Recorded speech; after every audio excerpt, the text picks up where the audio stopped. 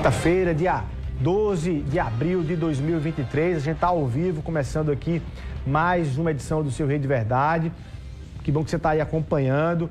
Daqui a pouquinho vai estar comigo aqui o secretário de Segurança Pública da Paraíba, o Jean Nunes, para a gente tratar das medidas e das ações que a Secretaria está tomando junto com a Polícia Federal e outros órgãos de controle aqui no estado contra ameaças de violências e atentados nas escolas do estado, tá? Fica aí para a gente poder acompanhar as últimas informações aqui atualizadas. O secretário que acaba de sair de uma reunião com a Polícia Federal sobre o tema, tá? Bom, antes da gente começar a nossa entrevista, para a gente iniciar aqui, vamos lá para Brasília logo. Faz tempo que ele não aparece por aqui. Eu estou falando de Napoleão de Castro, tem a pauta da semana aí lá em Brasília. Muito boa tarde, Napoleão. Um abraço, Luiz. Cumprimentos a você e ao nosso telespectador nesta quarta-feira de notícias, voltando aqui de Brasília, no acompanhamento direto da capital federal. Quem está em Brasília, Luiz, é o vice-prefeito de nossa capital, Léo Bezerra, cumprindo uma série de agenda e compromissos nos ministérios e também junto à bancada federal do nosso estado. A reportagem do Rei de Verdade conversou com ele, ele deu detalhes dessa estada aqui na capital federal, representando a prefeitura, o prefeito Cícero e os interesses da nossa capital, João Pessoa. Primeiro dizer da minha satisfação de poder estar aqui mais uma vez em Brasília, representando João Pessoa, na confiança dada pelo prefeito Cícero, e poder vir mais uma vez aqui buscar recursos, conversar com os parlamentares, visitar os ministérios. É dessa forma que nós entendemos que nós vamos construir uma João Pessoa cada vez melhor, trazendo recursos, trazendo melhorias em prol da nossa população. E nesse momento de debate da reforma tributária, vários setores representativos da nossa sociedade estão se fazendo presente em Brasília, trazendo as suas propostas e buscando esclarecimentos junto ao grupo de trabalho. Quem está em Brasília é o presidente do Secov, do estado da Paraíba, que conversou também com a equipe do Rei de Verdade, falou dessa presença, da unidade dos Secovs em nível de Brasil, o que está sendo buscado exatamente por eles em nível de esclarecimento. Nós estamos numa ação aqui, fazendo a visita a toda a bancada, não só de deputados, mas de senadores, né? Onde temos um momento importantíssimo, que é o ponto da reforma tributária. Já estive hoje pela manhã com o deputado federal Romero Rodrigues, com o nosso senador veneziano Vital do Rego, falando da importância do segmento imobiliário e do segmento da construção civil, que engloba 97 segmentos, e de sua importância para a geração de emprego e renda. Estaremos à tarde também com o deputado Aguinaldo Ribeiro e outros parlamentares representando não somente a Paraíba, mas toda a cadeia produtiva do setor da construção civil, que aqui nós estamos encampando. São as informações desta quarta-feira de notícias. Napoleão de Castro para o Rei de Verdade. Tá aí. Olha, o vice-prefeito de João Pessoa, Léo Bezerra, está aí em Brasília, e é por isso que a prefeitura está interinamente sendo conduzida pelo presidente da Câmara de João Pessoa, vereador Dinho, prefeito interino da capital, até o retorno aí do prefeito Cícero Lucena e do vice-prefeito Léo Bezerra. E hoje, pela manhã, o prefeito interino de João Pessoa, vereador Dinho, esteve na maternidade Cândida Vargas ali, garantindo e entregando benefícios ali para a maternidade. As emendas impositivas doadas pelos vereadores de João Pessoa somam quase R$1 milhão. Foram destinadas a Cândida Vargas, uma instituição que merece todo o apoio da sociedade. E os vereadores aqui da capital também tiveram essa iniciativa. O prefeito em exercício, vereador Dinho, participou desta solenidade e falou da importância desses recursos que ora chega para ajudar aqueles que mais precisam.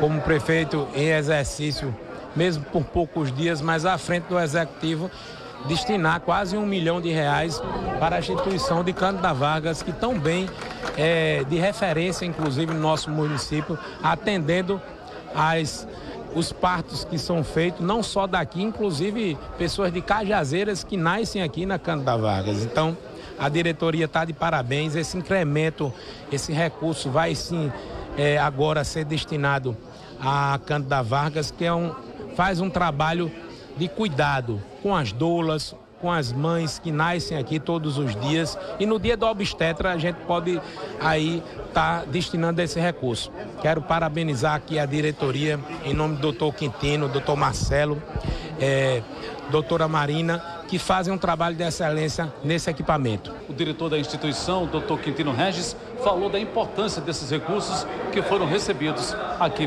pela instituição. Com a chegada dessas emendas, praticamente está renovando o nosso bloco cirúrgico em termos de equipamentos, está destinando muitas verbas à nossa UTI neonatal, que atende todo o estado da Paraíba. A deputada Paula foi bem feliz quando falou isso, porque nós temos praticamente 2,5 vezes o número de leite de UTI neonatal que as outras maternidades dispõem aqui na nossa cidade.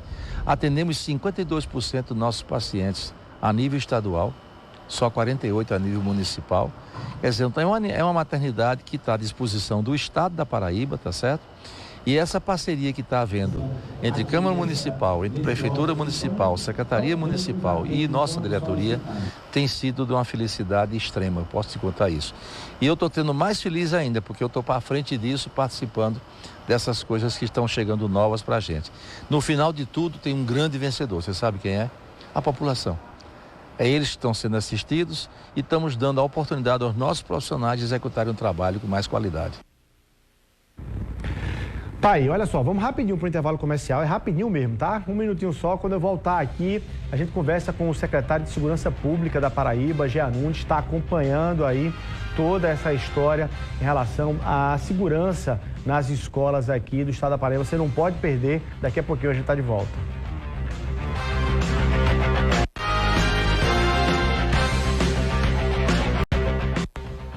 Ok, estamos de volta ao vivo aqui no Rede Verdade. Agora presta atenção nessa conversa aqui. Quem está comigo é o secretário de Segurança e Defesa Social do estado da Paraíba, o delegado Jean Nunes, está acompanhando aí de perto toda essa história em relação à segurança nas escolas aqui no estado. Secretário, muito boa tarde, obrigado pela sua presença, ter encontrado uma agendazinha, um espaçozinho na sua agenda para estar aqui conosco, para poder falar aí para os nossos telespectadores, pais e mães que estão acompanhando principalmente toda essa história. Boa tarde, obrigado pela presença. Eu já começo lhe perguntando qual das informações que o senhor tem, qual é o diagnóstico que você pode fazer hoje, que mensagem você pode dar para os pais e mães da Paraíba em relação à segurança nas escolas, diante de tanta informação, fake news, especulação, trote e verdades também. Qual é o diagnóstico? Boa tarde. Boa tarde, Luiz. Boa tarde a todos que nos acompanham. Na verdade, Luiz, desde o início dessas ocorrências, a gente cuidou em criar uma força-tarefa com o GAECO, Ministério Público do Estado, Polícia Federal, Polícia Civil, Polícia Militar, com todos empenhados em monitorar, acompanhar redes sociais, identificar possíveis ameaças e fazer as operações que a gente vem desencadeando. A exemplo de ontem em Campina Grande, a semana passada em Nova Floresta e em outros municípios também. Então, a gente vem procurando fazer essa antecipação também, interagindo com o Ministério da Justiça, com a nossa Delegacia de Combate a Crimes Cibernéticos aqui do Estado, com o Laboratório de Combate a Crimes Cibernéticos de Brasília. Então, essa interação está muito boa. A gente tem conseguido resultados positivos e conseguido se antecipar a alguns eventos. E qual é o retrato de hoje? Porque já vejo muito pai, muita mãe dizendo, não vou, meu filho não vai para a escola hoje, ou o jovem não vai para a faculdade. Enfim, qual é o retrato de hoje? O diagnóstico você pode dizer assim, olha, o cenário é esse, tem muito pânico e menos pânico, enfim, qual é o cenário real daquilo que você pode naturalmente revelar, né? O cenário de hoje é o seguinte, é preocupante em que aspecto?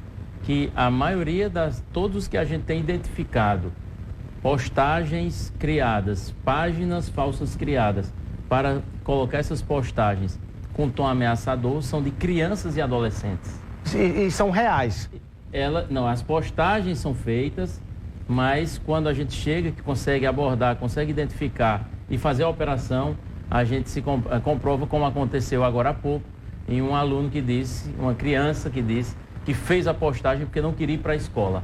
Outro fez porque queria fazer, brincar, causar um susto nos colegas da escola em Campina Grande. Então, nós não temos, aqui no estado, nenhuma ocorrência concreta de ataques à escola, professores ou alunos. Essa força-tarefa ela tem funcionado, a gente tem conseguido se antecipar, né? Agora, essas ocorrências que a gente tem conseguido identificar, essas postagens de rede social, elas trazem a preocupação e uma reflexão. A gente precisa monitorar mais e cuidar mais das nossas crianças e adolescentes e não deixar livremente o acesso para as redes sociais, porque 2 casos, a gente teve em Guarabira um caso antes de ontem, com 2 crianças de 11 anos e hoje novamente. E o mesmo conteúdo, dizia que ameaçou porque não queria ir para a escola. E os pais dessas crianças de 11 anos não sabiam o que é que ele estava colocando, não sabiam. Não acompanhavam que essas crianças criavam conteúdo e até criaram páginas para postar informação. Imagina. Olha só que... Mesmo com a idade, tem habilidade para mexer com rede social. Hoje, a informação do Ministério da Justiça, que está acompanhando no Brasil como todo, conseguiu identificar mais de 500 perfis e está pedindo às plataformas que retirem, inclusive as plataformas todas dificultando um pouco desse trabalho. Aqui na Paraíba, você tem esse dado, você tem esse número? Aqui na Paraíba, a inteligência já conseguiu levantar quantos perfis com tom de violência e ameaçador nas escolas? Não, a gente não conseguiu ainda. Na verdade, isso é um trabalho rotineiro, diário. A gente está interagindo, como eu disse, com o Ministério da Justiça, com o GAECO, com a Polícia Federal. Então, isso é um trabalho diário que vem sendo feito, porque essas páginas, e quem acompanha a rede social, o que criou sabe, você cria ela com muita facilidade, mas também desativa com muita facilidade. Como alguns que a gente pegou, o caso de Nova Floresta, ele criou um texto, criou uma página no Instagram, fez a postagem e desativou a página. Então quem ia acessar não acessava mais, não conseguia. Mas a gente conseguiu identificar e realizar a apreensão desse menor com ordem judicial e está apreendido provisoriamente.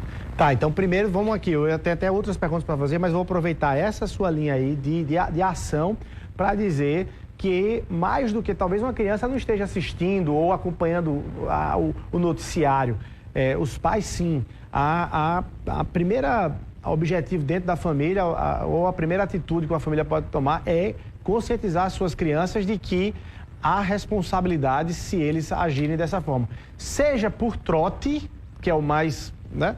Ou na realidade. Então, esse primeiro comunicado, o primeiro noticiarista dentro de uma família tem que ser os pais, é isso? É esse apelo que vocês fazem? Exatamente, porque a gente está vivendo que momento hoje? Um momento em que dá segurança porque ela é cobrada para resolver esse problema. Certo. Mas se você observar e fizer análise do contexto, a gente está vendo que isso foi, essas postagens no cenário daqui do estado, a grande maioria são crianças e adolescentes que tiveram acesso à rede social de maneira ilimitada e não regrada e conseguiram com aquilo fazer essas postagens com tom ameaçador, sem fundo, sem verdade, porque quando a gente tem identificado, tem chegado, não tem tido verdade, essas mensagens têm sido pessoas isoladas, não são grupos, são ações isoladas de cada um com sua motivação. Como eu disse, 2 casos, um dizendo que não queria ir para a escola, como foi agora há pouco, e outro caso, em Campinas, em que queria dar um susto em colegas para também não ter aula naquele período. E aí, só para ficar claro, qual é o procedimento com essas crianças menores em relação a isso, do ponto de vista judicial, inclusive? A depender do ato infracional praticado, né, terão as medidas ali criminais, já estão sendo responsabilizados criminalmente pelos atos praticados, atos infracionais praticados, e a depender do tipo penal e estabelecido, pode ter repercussão, inclusive, para pais ou responsáveis, porque tudo vai depender daquilo que a apuração, tudo que a apuração vai aprofundar. Então a gente precisa ter essa compreensão. A gente vive um momento nacional, importante registrar que não é só na Paraíba, é nacional, em que as forças de segurança são cobradas para dar resposta e resultado na segurança das escolas. Mas por muitos anos, recentemente, a gente tem visto que há um total desregramento das redes sociais com relação ao acesso para crianças e adolescentes. Então nós criamos, ou as famílias deixaram de fiscalizar isso. Essas crianças têm esse conteúdo hoje, já foram contaminadas, já tiveram sua formação contaminada com conteúdos agressivos, ameaçadores, com jogos ameaçadores, jogos de violência. E quando chega num cenário desse de terror que foi implantado no país inteiro, começa a surgir do nada um monte de lobo solitário, crianças e adolescentes o que é mais lamentável. Agora, secretário, essas aí são dicas para a família em relação aos menores. E quais são as exigências ou orientações que a segurança dá para as escolas? Aí vamos para as escolas. Primeiro núcleo, família, tem suas responsabilidades. Inclusive, acho que dar uma olhada na mochila das crianças também me parece ser importante também. Nas escolas, o que é que vocês esperam das escolas? Que devem ser feitas. A gente tem, inclusive, a informação, o prefeito Vitor Hugo, lá de Cabedelo, anunciou aí que vai colocar detector de metal nas escolas, abriu a licitação e tudo. Essa é uma medida importante. Quais são as medidas que as escolas, privadas ou públicas, devem tomar? A gente ontem teve uma reunião importante com o secretário de Educação do Estado. Hoje recebi também um representante do sindicato de escolas particulares. A gente ouviu, também repassou para eles as ações que vêm sendo desenvolvidas. As escolas, elas têm um papel importante, assim como a família tem um papel inicial de educar e não delegar que a escola eduque, educar e fiscalizar, monitorar mochila, monitorar telefone. Essas crianças e adolescentes, elas têm, precisam ter essa fiscalização. Isso é um processo natural. Mas passou desse filtro, quer dizer, passou da família, que às vezes a família não está bem estruturada ali, o pai e a mãe não estão atrás, enfim. A escola precisa ter um papel também de observação. Na prática, o que é que ela deve fazer? Precisa observar, precisa apontar, identificar algumas ações não comuns, atitudes fora de padrão de alguns alunos. Essa observação é importante. E, evidentemente, tanto família como escola, comunicar as forças de segurança para que a gente possa aí antecipar ações, monitorar melhor, acompanhar, ajudar no acompanhamento dessas crianças, porque às vezes não é uma questão criminal, mas pode ser outras questões que a gente precisa também fazer os encaminhamentos. Agora, existem outras medidas também de dissuasão, por exemplo, algumas propostas que vêm surgindo, como colocar detector de metal nas escolas. Isso é discutível porque a gente tem as polícias têm em alguns locais a orientação que não podem nem entrar nas escolas porque, por estar armados, chocam as crianças e adolescentes que ali estão. Então, a gente precisa passar por um processo também de reformulação de ideias e de conceitos e desmistificar isso, que a polícia não é um mal se ela for visitar ou interagir, mas sim ela vai quando é sancionada ou solicitada. Então, detector de metal, uma discussão que algumas prefeituras ou algumas escolas estão tendo. É, de certa forma, chocante para uma escola. Um sistema que é muito mais... Mas é melhor ser chocante com a segurança do que... Mas existem outros sistemas também, além desse. Um sistema de vídeo monitoramento eficiente, que tem inteligência artificial, que consiga com aquilo identificar padrões de comportamento das crianças interno da escola, para que a própria escola tenha com seu corpo... Um serviço de inteligência. Seu corpo de gestores, de professores e de psicólogos e profissionais preparados, identificar essa mudança de perfil. Algumas ações interagindo com a segurança. Aí eu lhe pergunto, talvez a pessoa mais abalizada para responder isso. E policiamento próximo das escolas, ou você falou aqui dentro choca e tal, a gente já estava com dificuldade e tem dificuldade naturalmente dar conta, né, dos problemas de segurança como um todo. Transferir os braços da polícia, homens e mulheres, para as escolas. É difícil falar nisso? Antigamente tinha as patrulhas, né? Na verdade, essa opinião de que choca não é nossa, não é minha, nem é das forças de segurança. Sim, eu digo, é dos pedagogos, dos especialistas em educação. Mas eu digo assim, nós temos braços para colocar policiamento nas escolas, não estou falando dentro das escolas, mas próximo, ao lado, enfim. Individualmente, em cada escola, estadual, municipal e particular, não tem.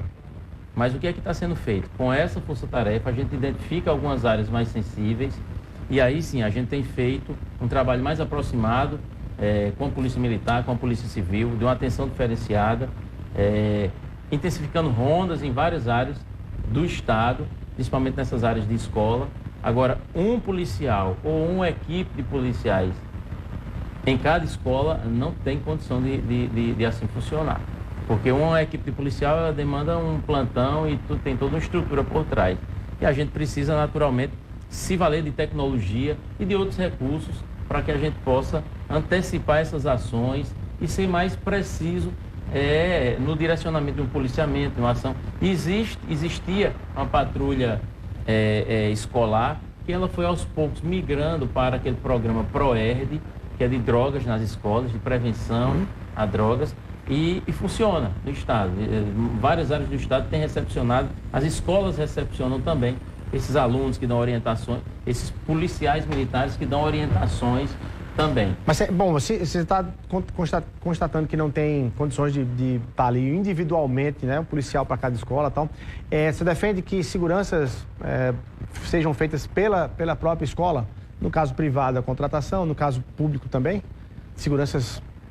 Na verdade, assim, a segurança pública tem um papel dela, né? A gente está implantando aqui no estado, por exemplo, e é uma sugestão, a gente está implantando aqui 1.600 câmeras para vídeo monitoramento. Já temos aproximadamente 1.000 instaladas. É um processo importante. Nada impede de que, não dentro das escolas, mas na frente das escolas, a exemplo de outras instituições, a gente possa ter câmeras também direcionadas para fazer segurança e a gente monitorar nos nossos centros integrados de comando e controle, ou em algumas regionais de polícia militar e polícia civil. Então, isso pode ser feito. Então, é o uso de tecnologia para que a gente possa se antecipar aí também. Internamente, existem aí os protocolos da educação que a gente precisa alinhar com eles algumas ações mais direcionadas. Secretário, para ficar bem claro, quais são você falou na questão da força-tarefa, na questão da intensificação, né, mas eu vou fazer algumas perguntas de uma vez só para a gente aproveitar melhor o tempo. Quais são as medidas práticas adotadas pela Secretaria de Segurança e quais são as áreas de risco aqui no estado ou aqui na capital, em João Pessoa, mas que vocês apontaram, você tem os campi das universidades, quais são alguns pontos que vocês já identificaram que estão lá com um olhar mais atento? Inicialmente, com relação às áreas mais sensíveis, a gente não tem essa identificação, porque a rede social está em todo local ao mesmo tempo. Então, a gente tem ações de João Pessoa até o Sertão. Ações isoladas, separadas no estado, nada concentrado. Então, espalhou no estado todo algumas ações, alguns conteúdos desses. Certo. Esse é um primeiro ponto. E a gente tem feito de forma prática esse acompanhamento, essa identificação, esse monitoramento das redes, com a Força Tarefa, o GAECO, a Polícia Civil, tentando ser preventivo. Tentando ser preventivo. Tentando antecipar e tem dado certo com as operações que a gente vem fazendo. Sim. E ao mesmo tempo disponibilizando canais de comunicação para denúncia, que é o 197 da Polícia Civil e a delegacia online, que lá foi criado um link específico para Escola Segura e lá pode acessar, acrescentar conteúdo, vídeo, foto, um texto e a gente vai tratar essa informação com agilidade e com a reserva necessária. Secretário, bem rapidinho, porque o nosso tempo bem estourado aqui, mas que mensagem, então, para a gente fechar, o senhor dá para os pais e mães da Paraíba que estão com receio de mandar seus filhos para as escolas ou seus adolescentes para as faculdades? É para parar, é para não mandar, é para encaminhar enfim, com tranquilidade, que a segurança está acompanhando isso? Qual é a mensagem que o senhor dá para os pais e mães que estão nos acompanhando? Olha, a mensagem é que as forças de segurança estão empenhadas em evitar qualquer ocorrência mais grave aqui no nosso estado, né? A gente não tem, a preço de hoje, nenhuma ocorrência em concreto contra escola, aluno ou profissionais de educação, graças a esse trabalho que vem sendo feito. E aí eu posso dizer que nós estamos trabalhando no sentido de antecipar, tem dado certo, a gente tem conseguido antecipar, os fatos que têm ocorrido são isolados e a gente tem conseguido também chegar, fazer a contenção. Então não há, o que há na verdade é um pânico generalizado nas redes sociais. A gente acaba sendo tomado por eles, mas a gente continua aqui dizendo que no estado da Paraíba não temos esse risco até agora que identifique ou que sinalize para que tenha um ataque. Agora, uma suspensão de aulas? Não é motivo ainda. Agora, se for, nós certamente falaremos. Agora, também não podemos desconsiderar que em qualquer lugar do mundo um ataque pode acontecer. Não é só na Paraíba, nem só no Brasil. Sim, tem um imprevisível. E antes de ontem tivemos um outro nos Estados Unidos. Então, há uma imprevisibilidade exatamente por conta dos lobos solitários que criam essas redes sociais, mas as polícias estão atentas e procurando se antecipar e evitar um mal maior. Tá, e secretário Jean Nunes, a palavra do secretário de Segurança. Obrigado pela sua presença aqui e bom trabalho aí nessa atuação. Bom, a gente ficando por aqui, a você o nosso abraço, muito obrigado pelo carinho da sua audiência. Até amanhã, se Deus quiser.